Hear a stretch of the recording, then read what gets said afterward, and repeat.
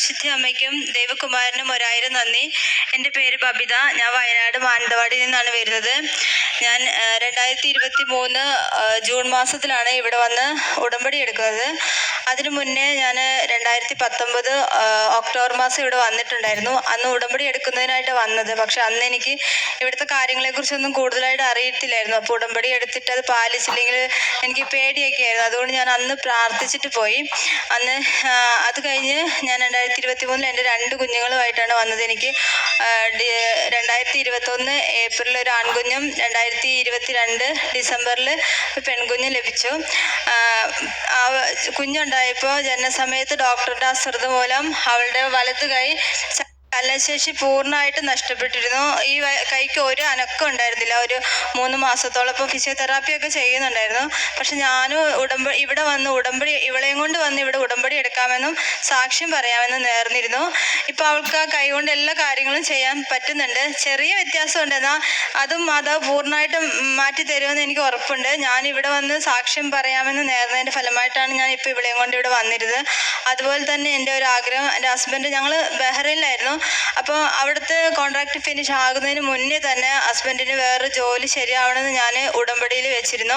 അതായിരുന്നു എൻ്റെ 2ാമത്തെ നിയോഗം. അപ്പോൾ അതേപോലെ തന്നെ കഴിഞ്ഞ ഒക്ടോബറിൽ ഒരു ഇൻ്റർവ്യൂ വരികയും ഖത്തറിലേക്കുള്ള സെലക്ഷൻ ലഭിക്കുകയും വിസ വരികയും ചെയ്തു. അപ്പം ഏകദേശം മൊബിലൈസേഷൻ ഡേറ്റ് നവംബറിലായിരുന്നു. അപ്പോൾ ഞാൻ മാതാവിനോട് പ്രാർത്ഥിച്ചു, മാതാവ് ഒക്ടോബർ മാസം മാതാവിൻ്റെ മാസമാണെങ്കിൽ ആ മാസം തന്നെ ഹസ്ബൻഡിന് പോകാൻ പറ്റണമെന്ന്. അതേപോലെ തന്നെ ഒക്ടോബർ 26 ടിക്കറ്റിൻ്റെ ഡേറ്റ് വന്നിട്ടുണ്ട്. അപ്പം മാതാവ് തന്ന വലിയൊരു അനുഗ്രഹമാണത്. അതുപോലെ ഒരു പുതിയൊരു വീട് പണിയണമെന്ന് ഞങ്ങൾ ആഗ്രഹിച്ചിരുന്നു. പക്ഷേ പുതിയൊരു വീട് മേടിക്കാൻ ഞങ്ങൾക്ക് സാധിച്ചു. അതും മാതാവ് തന്ന വലിയൊരു അനുഗ്രഹമാണ്. പിന്നെ എൻ്റെ ചേച്ചിക്ക് ജർമ്മനിക്ക് പോകാൻ വേണ്ടിയുള്ള തയ്യാറെടുപ്പിലായിരുന്നു. അപ്പോൾ അതെൻ്റെ ഒരു ആവശ്യമായിരുന്നു. അപ്പോൾ മാതാവിനോട് ഞാൻ പ്രാർത്ഥിച്ചിരുന്നു. അപ്പോൾ അവൾക്ക് പരീക്ഷ പാസ്സാവാനും വിസ ലഭിക്കുകയും ചെയ്തു. പിന്നെ ഞാൻ ഈ ഉടമ്പടി വസ്തുക്കളൊക്കെ കൊണ്ടുവരുന്നു. തൈലം ഉപയോഗിച്ച് എൻ്റെ കുഞ്ഞിൻ്റെ കൈ ഇപ്പോഴും തിരുമ്മി പ്രാർത്ഥിക്കുകയൊക്കെ ചെയ്യുമായിരുന്നു. അപ്പം മാതാവും ദൈവകുമാരനും 1000 അനുഗ്രഹങ്ങൾ ഞങ്ങൾക്ക് നൽകിയതിനെ ഓർത്ത് നന്ദി പറയുന്നു. ഈ നിമിഷം ഞാൻ മാതാവിനെ ഓർത്ത് നന്ദി പറയുന്നു. പരിശുദ്ധമായി സ്നേഹിക്കപ്പെടുന്നവരെ, ബബിത നമ്മോട് സാക്ഷ്യപ്പെടുത്തുന്നത് മകൾക്ക് ലഭിച്ച സന്താന സൗഭാഗ്യത്തെക്കുറിച്ചാണ്. ആദ്യ നാളുകളിൽ ഏറെ ക്ലേശം അനുഭവിച്ചുവെങ്കിലും അമ്മ മാതാവിൻ്റെ ഉടമ്പടിയിൽ പ്രത്യാശയർപ്പിച്ച് പ്രാർത്ഥിക്കുകയും ഉടമ്പടി എടുത്തുകൊണ്ട് ജീവിതത്തെ നവീകരിക്കുകയും ചെയ്തപ്പോൾ ഓരോ പ്രാർത്ഥനയും മകൾക്ക് അനുഗ്രഹമാകുന്നതും 2 മക്കളെ നൽകി ദൈവം അനുഗ്രഹിക്കുന്നതും മകളെ സാക്ഷ്യപ്പെടുത്തുകയാണ്.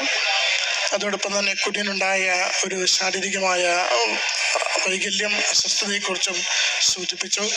അത് മറ്റു മരുന്നിനേക്കാൾ ഉപരി ഉടമ്പടി തൈലം ഓരോ ദിനവും കരങ്ങളിൽ പൂശിക്കൊണ്ട് പൂർണ്ണ ബലം കിട്ടുന്നതിന് വേണ്ടി പ്രാർത്ഥിച്ച കാര്യം മകൾ സാക്ഷ്യപ്പെടുത്തുന്നു.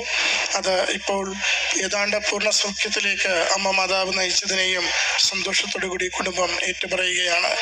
നമ്മൾ ഈ കുടുംബത്തിൻ്റെ സാക്ഷ്യം ശ്രവിക്കുമ്പോൾ നമുക്ക് അമ്മ മാതാവ് തരുന്ന സന്ദേശവും പ്രത്യാശയും ശരണപ്പെട്ട് പ്രാർത്ഥിക്കുമ്പോൾ നമുക്കത് അനുഗ്രഹമാകുന്നു.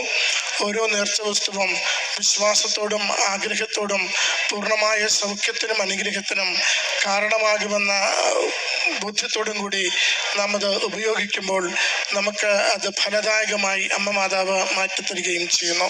വലിയ സന്തോഷത്തോടും സ്നേഹത്തോടും കൂടി ഈ കുടുംബത്തിന് ലഭിച്ച ഈ 3 അനുഗ്രഹങ്ങളെയും ദൈവപിതാവിൻ്റെ ദൈവനാമത്തെ മഹത്വപ്പെടുത്തി നമുക്ക് സമർപ്പിക്കാം. ഇവർക്ക് ലഭിച്ച എല്ലാ അനുഗ്രഹങ്ങളെയും ഓർത്ത് കരഘോഷത്തോടു കൂടി അമ്മ മാതാവിനും ഈശോയ്ക്കും നമുക്ക് നന്ദി അർപ്പിക്കാം. അത്യപൂർവ ദൈവാനുഭവങ്ങൾ ഇനി നിങ്ങൾക്കും സ്വന്തം.